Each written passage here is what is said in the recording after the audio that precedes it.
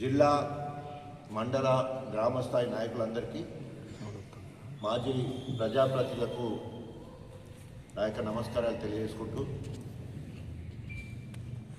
ఈరోజు గణపురం నియోజకవర్గం మొత్తం కూడా భారీ వర్షాలతోటి అదేవిధంగా అనేక రకాలుగా రైతులు బాధపడుతూ పశువులు చనిపోతూ ఘోరమైన పరిస్థితి ఉంటే మరి ఈరోజు రోము రాజ్యం తగలబడతా ఉంటే పిడేలు వాయించుకున్నట్టు ఇవాళ కడియం శ్రీహరి ప్రజలను రైతులను గాలి కొదిలేసి కాంట్రాక్టర్లు ఒప్పుకున్న పైసలు ఇవ్వలేదని బిల్డింగ్లను అక్కడో ఇక్కడో అరకొర పనులు జరుగుతున్న బిల్డింగ్ల పర్యవేక్షణ చేస్తూ ఉన్నారు. రైతులేమో హరిగోసపడతా ఉన్నారు. రైతులు ధాన్యం తడిసి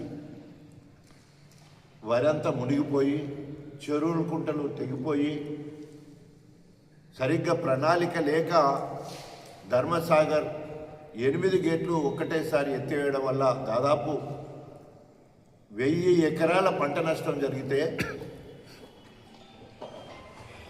దేవులూరుకు ధర్మసాగర్కి రోడ్ కట్ అయిపోతే ఇప్పటి వరకు పునరుద్ధరించలేదు. కనీసం మానవతా దృక్పథంతో పునరుద్ధరించని పరిస్థితి.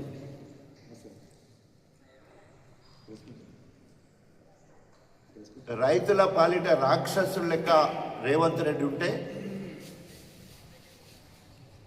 ఆయనకి ఏమాత్రము తగ్గకుండా కడియం శ్రీహరి గారు కనీసము కొనుగోలు కేంద్రాలు ఓపెన్ చేయడానికి రమ్మన్నా కూడా పోవడం లేదు.